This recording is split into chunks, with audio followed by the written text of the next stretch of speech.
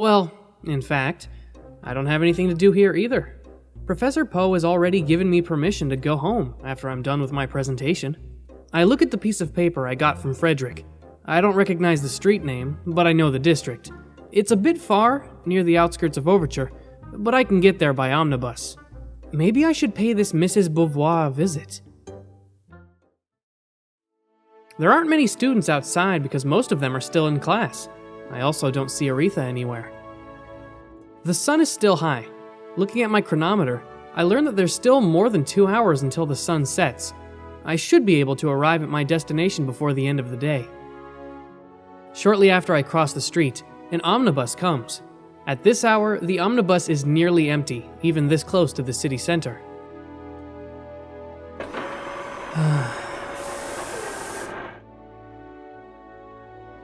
The commute took more than an hour, but I'm finally close to the place I'm looking for. Now I just need to find the place. I look for street signs. As soon as I find one, I walk over to it. Unfortunately, there are no signs that bear the street name written on the paper, but there is one that sounds similar. I try going that way. I plod from street sign to street sign. Almost everything is unreliable. At times, I have to double back and try different ways. After wandering for who knows how long, I find that it's almost sundown. I'm walking along a river, a stone's throw away from a big curved bridge that crosses the water. I head to the bridge and cross it. After arriving at the other end, I realize that I've never been in this part of the city. I continue strolling through a road that gets narrower with each block I pass. It's also getting dark, or rather, gloomy. Has the sun totally set? I look around and catch a glimpse of a man in shabby clothing, sitting on the dusty pavement near an intersection, his back rested against the wall of a dirty-looking bookstore. I avoid directing my gaze at him, but as I walk past him, I notice he's missing an arm. In fact, both of them. A feeling of pity for this man wells up in me. I now know why he is sitting on the pavement. Without hands, it's impossible to cast magic. Without magic, it's impossible to have any reasonable expectation of a good life. In this society, people like him are the lowest of the low. However small they may be in number, they are the sole level of society that exists without hope. I would sooner die than be like him. May the gods have mercy on him. Seeing this amputee makes me understand where I actually am. This must be a proletariat district. That explains why everything looks dreary, smells noxious, and feels unclean. Why am I in a proles district? Did I get the address wrong? Finally, I find a sign that bears the street name I'm looking for. I follow the sign. Here it is. This is the address written on the paper. The house is big and luxurious, but it's not what I had expected. I double-check and triple-check the address, but this is really it. The name of Mrs. Beauvoir is even written above the door. Maison de Beauvoir. What is this place? This is definitely not an ordinary house. Should I knock on the door? A dirty-looking man starts to talk to me as he walks by. Are you a first-timer? What are you waiting for? Don't be embarrassed. We all know this place. Just go inside. Excuse me? The best girls are only available later at night, but you'll be able to find someone to suit you even now. What are you talking about? Don't pretend, boy. You're here to have fun with a girl, right? Or maybe you just want to see some tits. They might let you look for free if you pretend you're lost. No, I'm not here for that. Realizing what kind of place it is, I quickly turn and walk away. Frederic Godwin. Why did he do this to me? Sure, he might have been annoyed because I asked for funding, but he didn't have to make me come all the way out here out of spite. My heart is beating fast. Now, how do I get back to the city? I try to retrace my steps quickly. I don't hate proles, but that doesn't mean I fancy being around them. Soon, I'm lost. Each corner looks as dirty, dark, and decrepit as the last. Nothing stories me as familiar. At intersections, I now pick roads purely by instinct, my only clue being that roads near the city are supposed to be wider. Following this reasoning, at last I come across an open area with a wide road. Unlike dark alleys in the slums, This place is bathed in orange light from the setting sun. I'm relieved to have found my way back to the city. Thank my intelligence.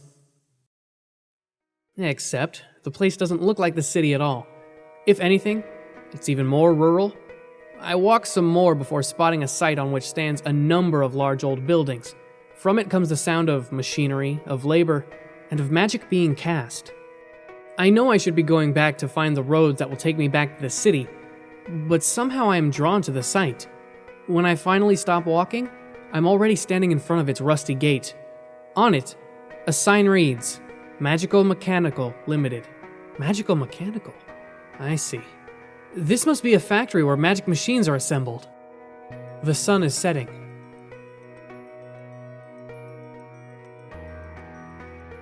The setting sun marks the end of my shift. I glance outside the factory building to see the road and some small buildings painted orange by the setting sun. I slip my left hand in my apron pocket. The vial is still there. Are you really going to do it? Yeah. You know it's not going to work, right? I don't reply.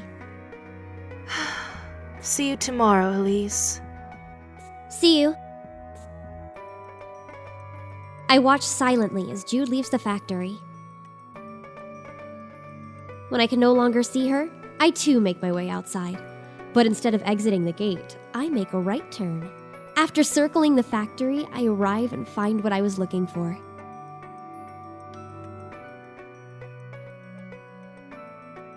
I circle the factory, cautiously moving along its fence. I don't know what it is I'm looking for, but I keep surveying the complex. After a while, I find a small opening that leads to a place like a small backyard. I enter slowly, but stop when I see someone. A girl. She's around my age, perhaps younger. She's dressed in a factory uniform. Her shoulder-length hair is disheveled, but it's not unsightly. A small braid runs behind her right ear, but not the left. The asymmetry makes her unusually special, especially considering her surroundings. She is sitting at an old piano that's set in the middle of this abandoned yard behind the factory building, as unusual and out of place as the beautiful lady who sits at it is in the middle of these slums. She reaches out to the piano with her right hand and gently presses a key right in the middle of the keyboard. Silence.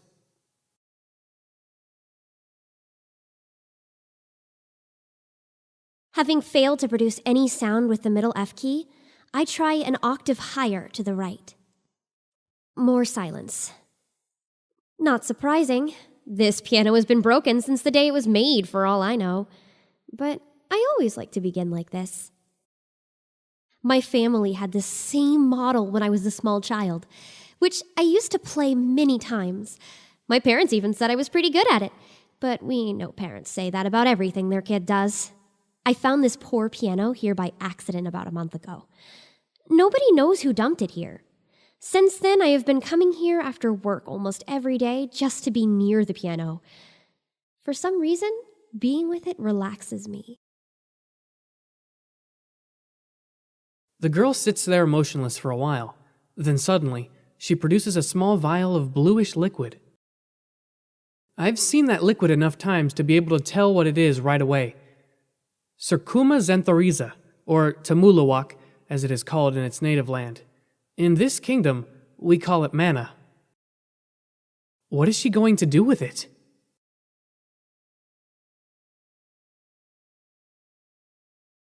Am I really going to do it? I'm sorry for lying to you, Mr. Nailton. I actually drank the potion from lunch break. I'll find a way to make up for this somehow. I gaze at the drink in my hand again. Yes, I'm going to do it. I carefully take the cap off the vial, bring the vial to my lips, and empty it. Having drunk the mana, the girl brings both of her hands slightly above the piano, palms facing down, as though giving it her blessing.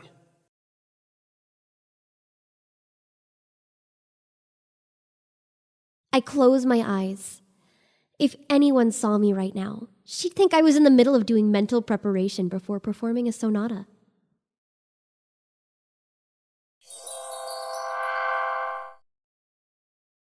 I feel compassion building up.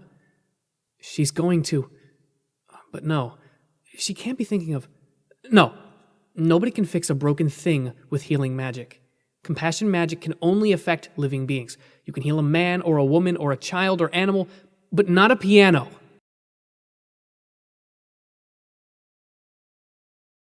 Compassion. Transform. Amplify.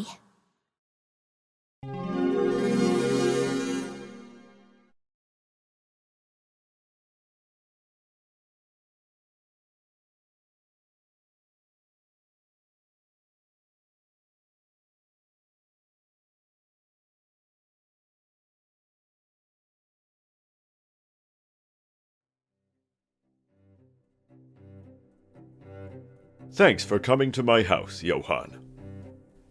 Always a pleasure, Joff. It's an honor to meet you, Lord Godwin. My name is Franz Byron, a student of Professor Poe's. My father is having a meeting with the famous professor from Conservatoire des Overture to evaluate yesterday's event, as well as discuss potential projects that may receive support from MM. Because I attended the symposium yesterday, my father insisted that I be here. What a pain in the ass. What I don't understand is why that student is in this room. In fact, isn't he supposed to be at the conservatoire? Even though it's light day and there are no classes, at least he could have the decency to do his homework and be far away from me. Originally, people only rested from work on Sunday, but sometime in the last century they decided that they would work 5 days a week instead of 6. Light day joined Sunday to make the modern weekend. So, yesterday's symposium. Yes. MM will be having a shareholder meeting next week, and I'm thinking of proposing to invest in some research projects that have potential to bring good returns for the company. All of our representatives have submitted their recommendations to me, but I also want to hear your opinion. Not all our representatives, Father. I don't remember giving enough of a damn to write a report. Ho ho ho. Now, I'm obviously biased, but if I may, I'd like to suggest my own student's research project. A student project? Which one is that? It's the one about the study of compassion magic, my lord. Oh, that. Any other projects you can recommend, Johann? Father is harsh. He completely disregards Poe's idea without any comment whatsoever. My lord, if you're interested, I can give you more details about my research.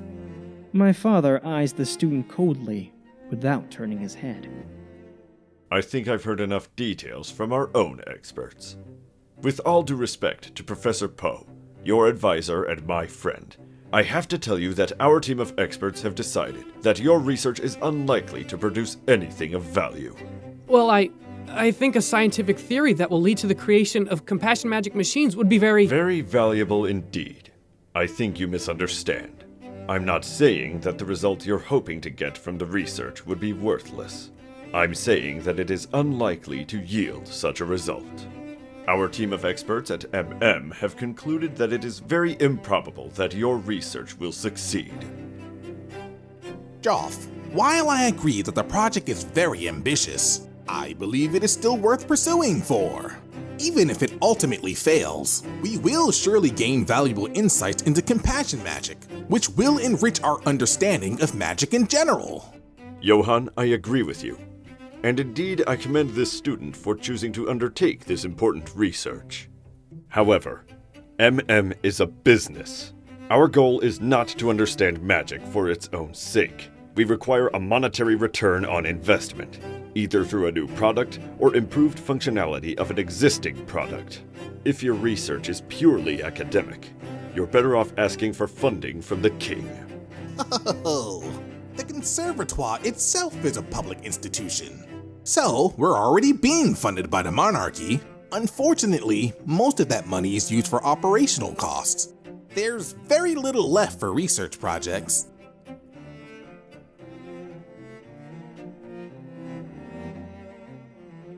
Is it my turn to say something? I'm still not sure why I was even called here. Whether Father wants to fund this silly project or not is none of my business. Actually, just yesterday, I think I might have discovered the key to making compassion magic work on non-living beings. I saw something very extraordinary near the factories. May I tell the story? You were in the industrial district? Go ahead. Well, I was lost in the Proles district yesterday, and from there happened to stumble upon an factory. The student gives me a quick glance before continuing. I circled the factory and by chance came across this girl who was sitting at a broken piano. I don't know why she did it, but she cast Revive on it. On the broken piano. Casting Revive on a piano? What a stupid thing to do. Revive only revitalizes damaged cells. It can only heal, not bring the dead back to life. Was she hoping the piano would transform back into a tree? At that moment, of course, the area was filled with a white light, and just then, I felt that I heard the piano made a sound. When the light subsided, I saw the girl, and I could tell that she had also heard it. But when she pressed the piano keys again, there was only silence. Only then that I realized that there was never any sound. I must have imagined it. But at the exact moment the spell was cast, I was very sure that it had fixed the piano. It was a novel experience, and I would like to conduct some experiments to see if the phenomenon is quantifiable. Everyone is silent for a second. We're trying to make sense of this story. But it didn't make a sound, did it? No. The piano was still broken after she cast the magic spell. Then you haven't discovered anything. I personally find his story very interesting. Franz knows magic well. If he feels that the girl's magic was abnormal, it is definitely worth looking into. You said this was an factory. Was this girl a factory worker? Yes, I'm sure she was. She was a teenage girl, about 14, 16 years old. She was dressed in a factory uniform. Her hair was down to her shoulder, and she had a braid that ran behind her right ear. Huh? Wait. That girl. Wait. Did you say she had a braid? Everyone looks at me suddenly, as if I were a ghost that had just stepped through the wall.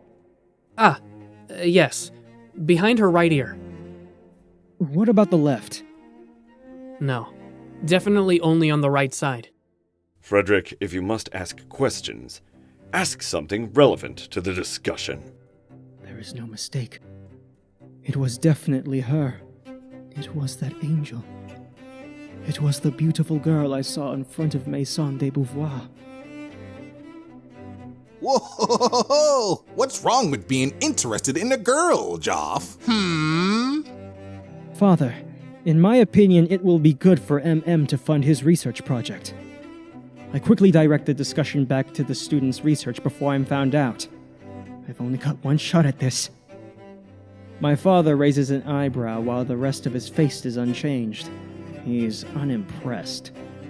I bet he was born with that face. Congratulations, ma'am. It's a boy. Oh, how is my baby, Doctor? Well, from looking at his face, I think he wants to see a proposal on how you and your husband plan to provide him with the best environment to grow up and study. Probably like that. Explain. Here goes. I think you need to look at it from a different angle. can fund his research not as an investment, but as a marketing campaign aimed at improving the company's image in academia. By funding a purely academic research project, can claim that it is helping to advance science. We would be promoting our corporate social responsibility. It will make more popular among the students. When they graduate, more of them will want to work for And if you think about it, this is much cheaper than the kind of advertising normally does. It's just a student project anyway. There is only one researcher and the salary is lower than an average scientist or engineer. Other than salary, he'd only need money to buy equipment and maybe pay a few assistants. All taken together, it still amounts to little more than a rounding error for Now, my father's other eyebrow is raised. His mouth is slightly open, but he is still silent. I bet he never knew that his son is so shrewd about business. Oh, the younger Lord Godwin made a pretty sound argument. What do you think, Joff? Well, well. I think it can't hurt to fund this project. My father's face returns to its normal expression, completely emotionless. After all, I can see its magic already. Amazing. What do you mean? It makes my son interested in a science project. It doesn't get much more magical than that. Oh, I have to say that it surprises even me. I managed to convince my father, but it wasn't really my argument that made my father change his mind.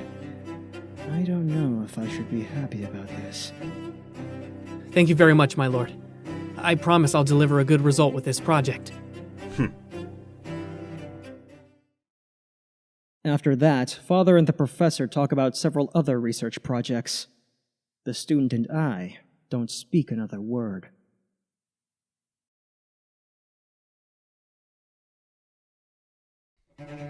Thanks, Frederic. Thanks to you, Lord Godwin agreed to fund my project. My father and the Professor have left together after the meeting. I don't know where they're going. Don't mention it.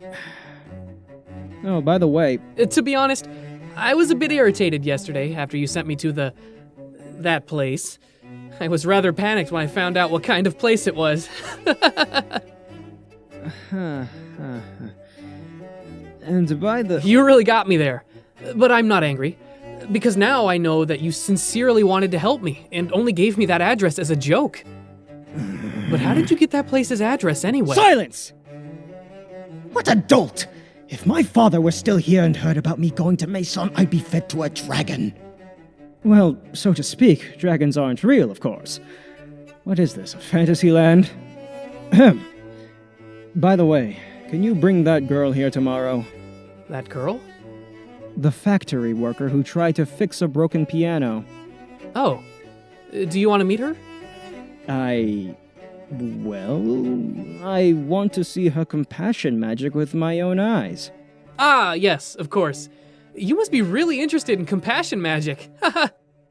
I will have you smitten, you fool. Okay. I'll find and bring her here tomorrow. I don't know why I want to see that girl so much, to be honest.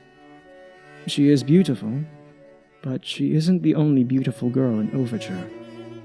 I guess there's just something about her that's different from all the other girls. After Franz brings the girl here tomorrow, I won't have any need for him anymore. To hell with his nonsensical research. Great. Good luck on your research. See you tomorrow. See you tomorrow, Frederic. Thanks again for your help.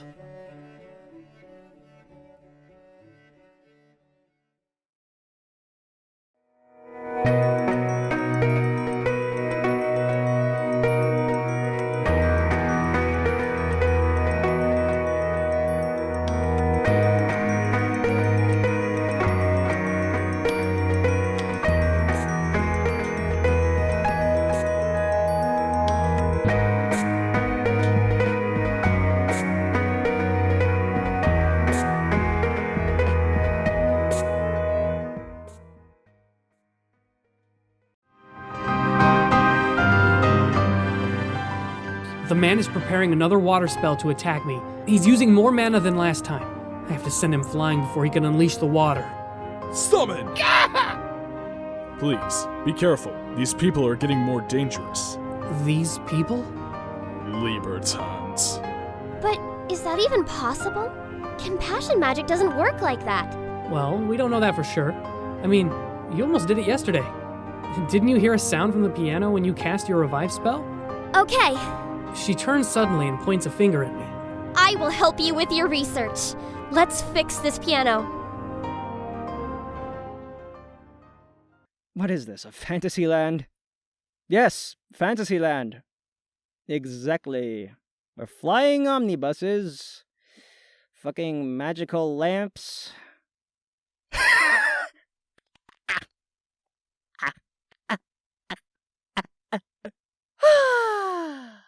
Fantasyland.